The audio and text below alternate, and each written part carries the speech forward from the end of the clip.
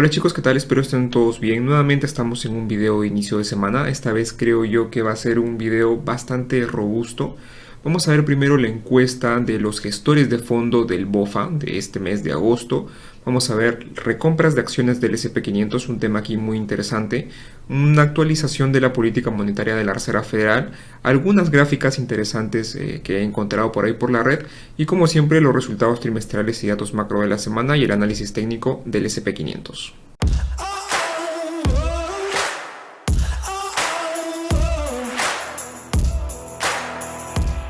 Bien, tenemos aquí para comenzar la encuesta de los gestores de fondo del BOFA, es la última encuesta del mes de agosto. Y antes de empezar quiero recalcar que lo que estamos viendo aquí es simplemente una información resumida de todo el extenso documento que nos da el BOFA. Es, digamos, algunos datos y gráficos interesantes que me han parecido a mí. He tratado digamos, recoger los más relevantes desde mi perspectiva y traerlos aquí. En esta primera diapositiva, por ejemplo, tenemos un poco del sentimiento de estos gestores de fondo, ¿no? ¿Qué es lo que opinan, cómo ven la economía, el mercado, etcétera? Por ejemplo, en esta primera gráfica tenemos que las expectativas de una inflación más elevada está en mínimos. Ya los gestores de fondo prevén pues que la inflación en algún punto va a ceder. Ya estas expectativas de más inflación pues simplemente han quedado en el olvido para estos gestores de fondo. Luego tenemos esta otra línea de aquí de color azul claro, que es las expectativas de tipos de interés en el corto plazo más elevadas, ¿no? Que la Reserva Federal siga subiendo los tipos de interés prácticamente, ¿no? Y vemos que ellos dicen que no, ya son menos los gestores de fondo, ya está cerca del, no lo sé, 50%, quizás 40 y pico, 50% de estos gestores de fondo ya creen que pues la Reserva Federal ya no van a seguir subiendo los tipos de interés o van a comenzar a reducirlos o va a haber una pausa, pero ellos ya no esperan tipos de interés de corto plazo elevados.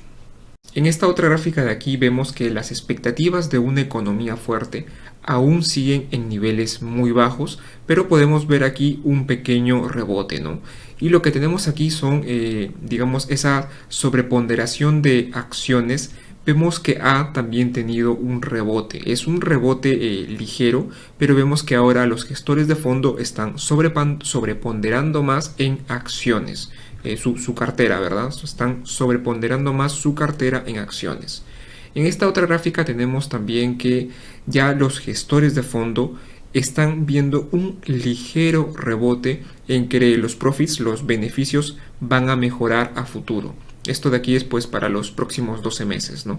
Se espera que ya estos gestores de fondo, un pequeño cambio, esto de aquí es algo muy ligero con respecto a que estos beneficios van a mejorar. Y aquí en esta otra gráfica tenemos la recesión, la posible recesión para los próximos 12 meses, que vemos que sigue elevada, ¿correcto? No está en niveles pico como hemos tenido, por ejemplo, en la crisis de la pandemia o por aquí, por la crisis financiera, pero está en niveles bastante elevados. Aquí en esta segunda diapositiva he querido resumir un poco el riesgo de los gestores de fondo, cómo ven el riesgo de los gestores de fondo del BOFA. Por ejemplo, aquí en esta gráfica número 13 vemos que los gestores de fondo consideran el mayor riesgo, ¿no? El gran porcentaje de ellos, el 40% de estos gestores de fondo, creen que la inflación sigue siendo el mayor riesgo y de hecho ha aumentado de casi un 35 a un 40%. En segundo lugar tenemos la recesión global y en tercer lugar que los bancos centrales en general pues sigan estando hawkish, que pues sigan con esa subida de tipos de interés. Por aquí en esta otra gráfica tenemos qué es lo que ellos opinan de que sería el punto donde la Fed pues haga ese cambio o esa pausa para este 2022. En primer lugar, la mayoría de estos gestores de fondos opina que la inflación, siempre y cuando ésta se encuentre por debajo del 4%, será un motivo suficiente para que la Fed haga una pausa o haga un cambio en su política monetaria. En segundo lugar, tenemos que aquí los subsidios por desempleo pues suban por arriba de los 300,000 y ya en tercer lugar con una digamos un porcentaje de estos gestores de fondo, un 10% solamente opina que ven al S&P 500 por debajo de los 3.500 puntos para que la Fed haga una pausa o un cambio. En esta otra gráfica de aquí, que es una pregunta muy interesante, que dice cuál sería la razón principal para un riesgo crediticio, un evento crediticio sistémico, ¿no? Eh, la mayoría de los gestores de fondo opinan que sería la principal causa de esto sería China, o de manera global todo lo que tiene que ver con real estate, todo lo que tiene que ver con temas inmobiliarios. Este sería el primer lugar, digamos, todos lo que opinan los gestores de fondo, con casi un 40% de ellos. En segundo lugar tenemos la deuda soberana de Italia. Por aquí tenemos los préstamos sobreapalancados de los Estados Unidos. Por aquí tenemos la deuda soberana de los mercados emergentes. Estos serían, digamos, los principales problemas que ven aquí los gestores de fondo con respecto a eventos crediticios sistémicos. Luego aquí en esta otra diapositiva y en la siguiente ya comenzamos a ver un poco de posicionamiento de los gestores de fondo. Vemos que con respecto al cash, al efectivo como porcentaje de los activos bajo gestión, pues ha caído ligeramente, ¿no? Ese cash ha caído del 6.1% de julio al 5.7%. Esto aún sigue siendo elevado. En promedio estos gestores de fondo, pese a que es muy irregular, se ha tratado de sacar un promedio, y ese promedio a largo plazo, al menos desde el año 99, es del 4.8%. Así es que podríamos decir que aún estamos todavía en niveles de cash pues bastante elevados. Luego aquí también tenemos otra gráfica, como la habíamos visto anteriormente, son la sobreponderación de acciones en las carteras de estos gestores de fondo, ¿no? Y vemos que esta sobreponderación ha aumentado, ¿no? Aquí están menos sobreponderados, y aquí a este cambio en agosto pues ahora están más sobreponderados con respecto a acciones. En esta otra diapositiva también tenemos un poco de posicionamiento. En esta primera 20 tenemos el posicionamiento versus su histórico. Aquí tenemos el cambio que han hecho en el posicionamiento con respecto lógicamente a los meses, al mes anterior de julio, y aquí también tenemos como porcentaje total de activos sobreponderados, correcto.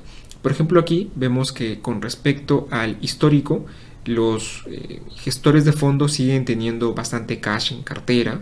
Luego lo que le sigue es la salud, los REIT, las utilities, bonos, commodities y demás, ¿no? En lo que están menos posicionados con respecto al histórico, sigue siendo las acciones. Con respecto a su histórico, ojo. Pero por ejemplo aquí tenemos este cambio en el posicionamiento. Aquí por ejemplo, pese a que están posicionados históricamente menos en acciones, ha habido un cambio en acciones, ¿no? Ahora los inversores están aún, digamos, apostando por las acciones. Luego tenemos la tecnología en general, Estados Unidos, por aquí consumo discrecional, bonos y así sucesivamente. Y por ejemplo, están sacando dinero, no están saliendo de, por ejemplo, acciones en el Reino Unido, y posiblemente la hayan pasado para aquí, ¿no? Esto de aquí, ojo, son cambios en el posicionamiento de los inversores. Y aquí a niveles netos, como primera punto, digamos, importante a niveles netos, tenemos el cash, sigue siendo una parte importante en la cartera de los activos de los gestores de fondo. Luego tenemos la salud, commodities ya en menos medida, acciones de los Estados Unidos, tecnología, real estate y demás, ¿no? Vemos que en términos netos, las acciones de la eurozona son donde pues están menos posicionados los gestores de fondo. Y bien, ahora tenemos esta última gráfica que le he dejado para el final porque pues no se ubicaba en las secciones anteriores y me pareció bastante interesante para incluirla. Bien, ¿qué es lo que dicen los gestores de fondo? Pues ellos ellos opinan que ahora el value pues tendrá un mejor rendimiento que el grow, ¿no? El value batirá el grow, es lo que ahora ellos piensan, y esto no se veía desde mayo del año 2020. Bien, y ahora veamos un poco de recompra de acciones, que este punto de aquí es también uno de los puntos principales que hace subir al S&P500. Y ojo con este dato de aquí. Esta barrita que vemos aquí, bueno, tenemos la barra ploma y la barra azul. Estas son las recompras de acciones autorizadas, que esto lo hace lógicamente el directorio, ¿no? Y finalmente tenemos las que se terminan ejecutando, que esto ya se ve cuáles son los momentos adecuados para que se hagan estas recompras, ¿no? Autoriza el directorio y pues ya la parte operativa se encarga de ver cuáles son los mejores momentos para realizarla y demás. Bien, lo ejecutado, las digamos recompras de acciones que se han realizado, actualmente ojo, es primer semestre del año 2022 y actualmente estas recompras ya son mayores a todas las recompras hechas en el 2020 y a todas las recompras hechas en el 2017. Ojo que estamos aquí solamente en el primer semestre del año 2022. Ojo con esto. Otro dato interesante también es que ahora las empresas prefieren las recompras de acciones que la inversión en la propia compañía, ¿no? En lo que tiene que ver CAPEX, todo lo que son activos de inversión para la compañía. Entonces ahora, pues, las empresas prefieren realizar recompras de acciones que invertir en su propia compañía, ¿no?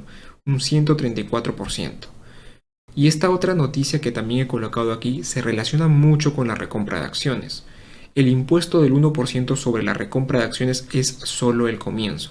Sabemos que Biden ha colocado, ¿no?, su ley de reducción de inflación, que viene un poco tarde, ya viene de hecho bastante tarde, pero en esta ley de aquí contempla que se va a aplicar un 1% de impuestos sobre la recompra de acciones a partir del año, ojo, 2023. No es efectivo aún este año, sino este impuesto del 1%, que es un impuesto mínimo, es un impuesto muy pequeño sobre la recompra de acciones, va a regir a partir del año 2023.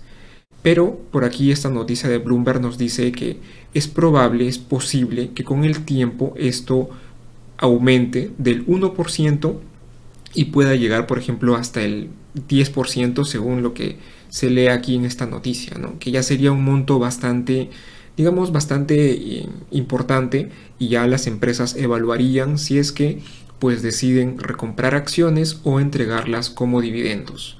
Ojo con este tema que también va a estar interesante de cara al año 2023. Esta de aquí es el SP500, esta línea de color azul o negra. Y esta línea de color azul clara es la del índice de recompra de acciones del SP500. Este índice de aquí recoge las 100 empresas del SP500 que tengan un alto índice de recompra de acciones. Y sabemos que, por ejemplo, aquí las que lideran son compañías como Apple, compañías como Amazon, Facebook, ¿no? Son las compañías que más recompran acciones. Y bueno, este índice recoge las recompras de acciones más altas de los últimos 12 meses. Y vemos que si es que tenemos a estas compañías de aquí, este rendimiento pues es casi del 650%, mientras que el rendimiento del SP500 ha sido casi del 400%, para que vean todo ese impulso que tiene la recompra de acciones en el precio de las compañías. Y luego tenemos aquí estas noticias que se relacionan con todo lo anterior, donde pues General Motors ha restablecido su recompra de acciones de $5,000 millones y también Home Depot, ¿no? Home Depot ha aprobado una recompra de acciones de $15,000 millones. Y ojo con esto, ya que debido a este impuesto del 1% sobre las recompras de acciones para el año 2023, es probable que estas recompras de acciones comience a darse.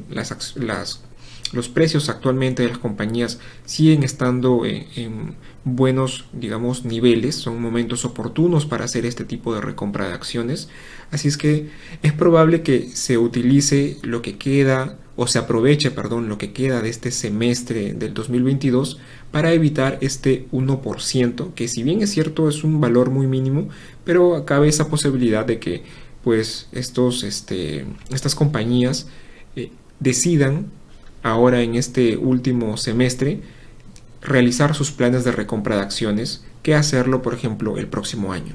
Bien, y ahora para actualizar un poco la política monetaria de la Fed, ya sabemos que la semana anterior hemos tenido las actas de la política monetaria de la Reserva Federal, donde el mercado recibió con cierto optimismo esta acta, porque pues la acta mostraba, digamos, una postura positiva, ¿no?, para Wall Street. Y este es un fragmento muy importante, ¿no? Que creo yo que es el que se ha tomado, digamos, mayor interés por Wall Street, ¿no?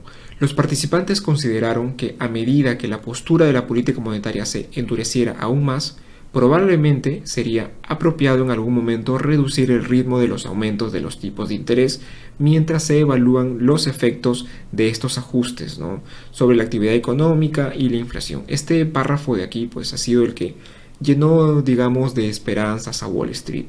Pero vino el día siguiente, esta de aquí, esta noticia es del día 17 de agosto, pero las actas, como ya saben, son del 26 y 27 de julio, pero el documento salió, el 17 de agosto. Al día siguiente, pues se presentan a hablar miembros de la Fed, Bullard entre ellos, George y Kashkari, donde parece que su objetivo era indicar que la Fed va a seguir con una postura fuerte y dura con respecto a la subida de tipos de interés, ¿no? La política del organismo debe seguir enfocada en aplacar el acelerado ritmo de los precios. Entonces han tenido una postura, digamos, un poco para controlar esta digamos, esperanza que estaba teniendo Wall Street, ¿no? Y es aquí donde un poco ya han cedido las acciones en los últimos días. Esta gráfica recoge la probabilidad de una subida de 75 puntos básicos para la reunión del 21 de septiembre. Está desde el 15 de agosto, prácticamente la semana anterior, ¿no? Tuvimos aquí un pico bastante elevado de casi un 62% de probabilidad para que la Fed suba 75 puntos básicos, y al cierre del último viernes, del viernes 19, pues ya esta probabilidad de 75 puntos básicos estaba alrededor del 42-44%. Hay que echarle bastante ojo a esta expectativa que tiene el mercado con respecto a la subida de tipos de interés, porque de ahí va a depender qué es lo que va a hacer el S&P 500, ¿no? A ver si es que ya toma una, digamos, toma su curso, ya sea al alza o a la baja. Bien, y para cerrar este tema de política monetaria he querido traer también el balance de la Fed. Este de aquí es el balance de la Reserva Federal. La última actualización ha sido del 18 de agosto. Ya esta data de aquí se va actualizando todos los jueves, correcto, y vemos que la Reserva Federal, su balance de la Fed, sí está disminuyendo. Sabemos que actualmente estamos en ese ajuste cuantitativo, ¿no?, el quantitative easing de la Reserva Federal, para intentar reducir este balance que casi se ubica en los 9 trillones, ¿no? 9 billones de dólares, ¿correcto? Entonces, esto sí está bajando. Han habido muchas dudas y noticias si es que efectivamente la Reserva Federal pues está disminuyendo su balance a las proporciones que lo había indicado, ¿no? Y sí lo está haciendo. Ya esto de aquí, la Fed está reduciendo el balance. Esto es algo notorio y se puede ver muy claramente. Ya, y hay que recordar también que el próximo mes la Reserva Federal ya va a comenzar a intensificar esta venta de activos para reducir su balance.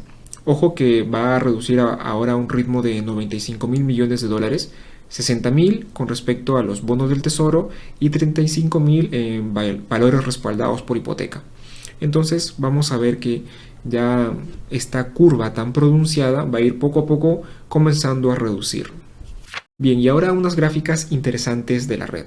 Aquí tenemos esta encuesta que se le hace a diferentes CEOs, hecha por esta compañía que tenemos aquí, donde si comparamos aquí lo sucedido en agosto con respecto al mes anterior, vemos que, por ejemplo, ellos creen, ¿no?, un 30% de estos CEOs cree que las condiciones aquí de los negocios, del mercado, va a mejorar, ¿no? Comparado con el mes de julio, donde solamente el 15% opinaba que las condiciones iban a ser mejores, creo que este es un gran avance, ¿no? Y lógicamente aquí también ha reducido las condiciones, peores condiciones, ¿no?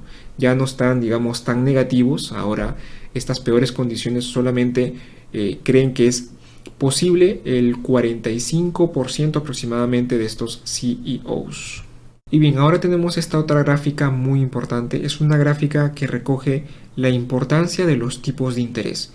La línea de color de aquí azul claro es el rendimiento de los bonos a 10 años, son los tipos de interés a 10 años de los Estados Unidos. Son las tasas más importantes porque pues, estas tasas se utilizan para evaluar compañías por el método de flujo de caja descontado. Y luego tenemos esta otra línea de color azul oscuro que es el Forward PE Ratio del SP500. Y para que vean esta gran correlación que tienen ambas métricas. Aquí no vemos cuál es el nivel de correlación ni nada de ese tipo de información, pero creo que visualmente esto es muy similar, ¿no? Sabemos que hay una alta correlación simplemente viendo el gráfico. Ojo que aquí esta tasa de interés, ¿no? El rendimiento de los bonos a 10 años está invertido. Tenemos aquí la parte negativa, la parte positiva y aquí en la gráfica normal la parte del PE ratio, ¿no?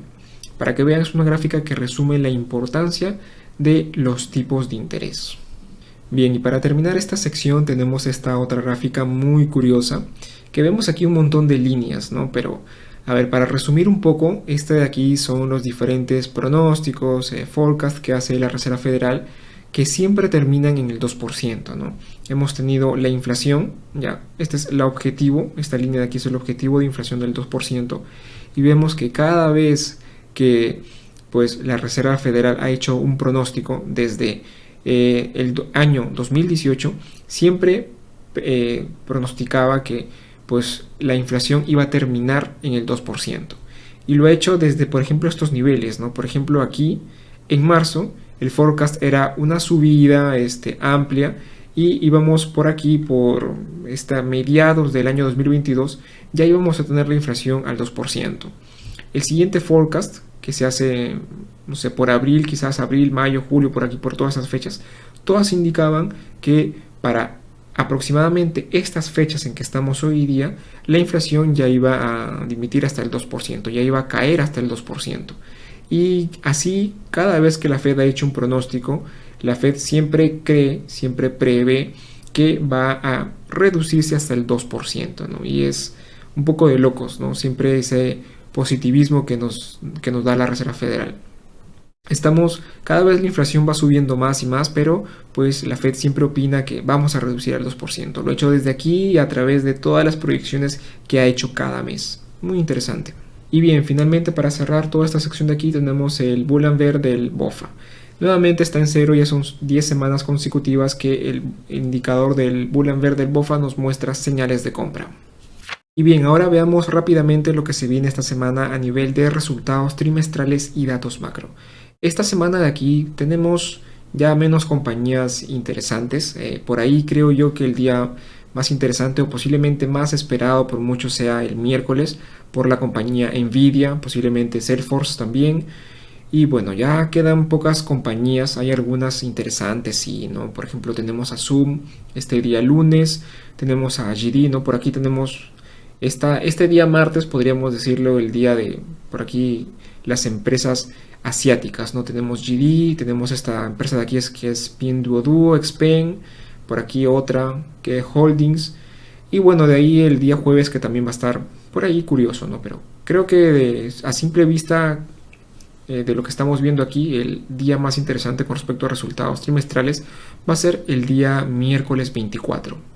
Bien, y ahora con respecto a datos macro, el día de hoy lunes no hay ningún dato macro interesante y comenzamos con el día de mañana martes 23, donde tenemos la venta de viviendas nuevas de julio de los Estados Unidos y los PMIs, manufacturero, del compuesto y el de servicios, tanto de Europa y de los Estados Unidos en datos preliminares. Ojo con estos datos de aquí, no están colocados en amarillo, pero siempre hay que tener bastante, digamos, hay que echarle bastante ojo aquí a los PMIs. Y ojo con los de Europa, señores. Bien, el miércoles 24 tenemos los pedidos de bienes duraderos de los Estados Unidos y la venta de vivienda pendiente de los Estados Unidos.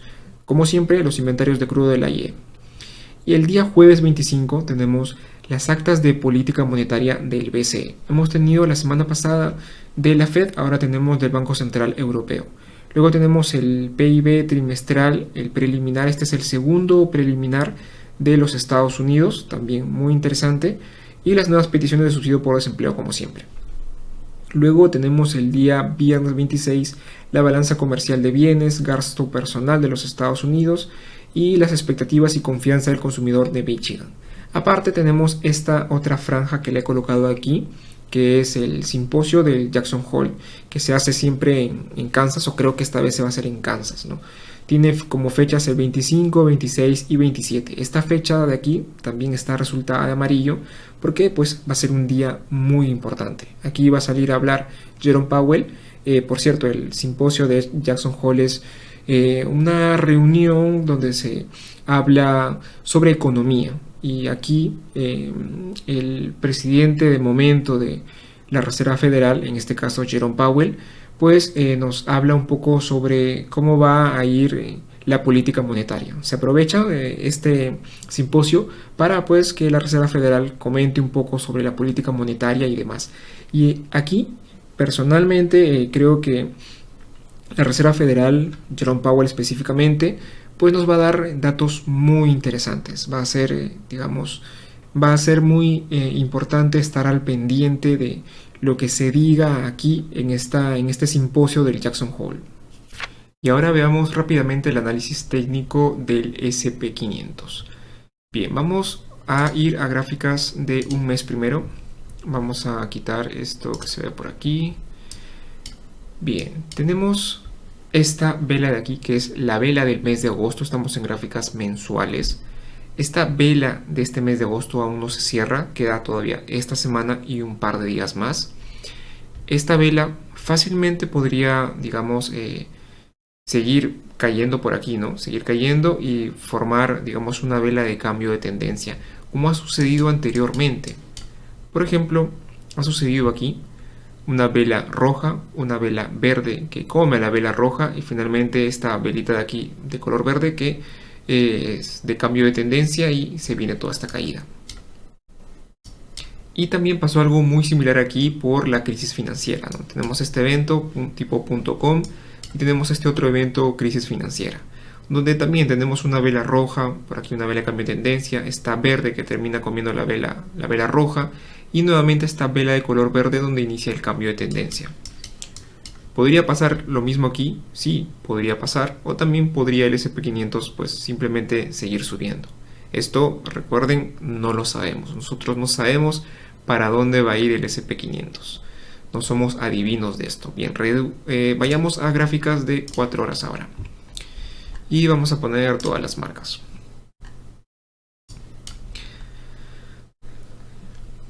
Bien, lo que tenemos aquí es este movimiento de aquí que ha ido, primero ha subido y ha vuelto a bajar, ¿no? Y tenemos esta zona muy importante, hablábamos específicamente de los 4.300 puntos, como esta línea que lo sugería el BOFA y por ahí otros bancos. En general la zona que había marcado yo es entre los 4.200 y 4.317. Creo que es una zona importante, ya lo había mencionado en el video anterior.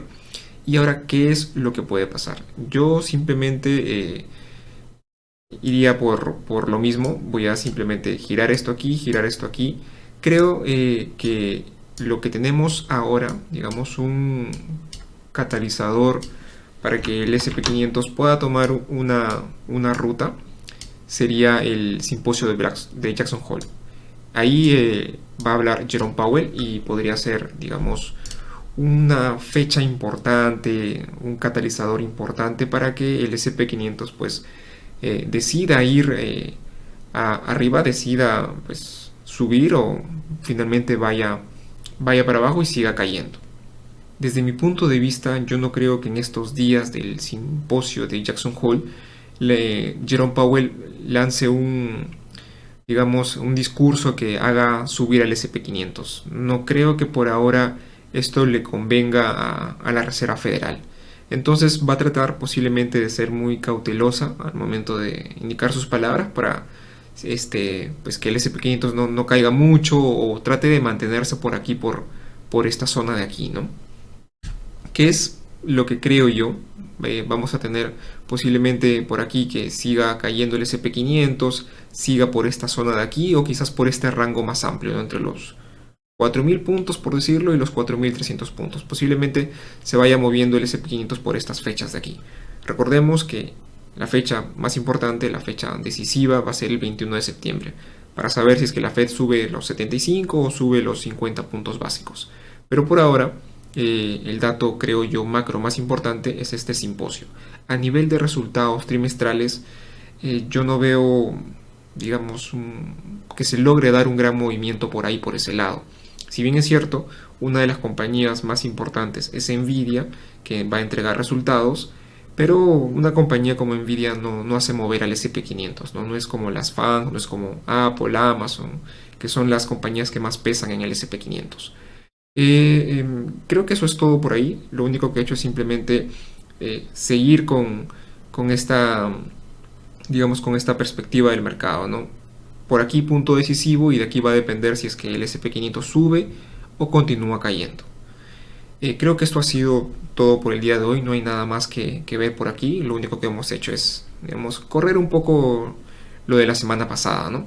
Pero después de eso no hay nada más interesante. Así es que lo dejamos aquí por el día de hoy. Un saludo y que tengan excelentes inversiones.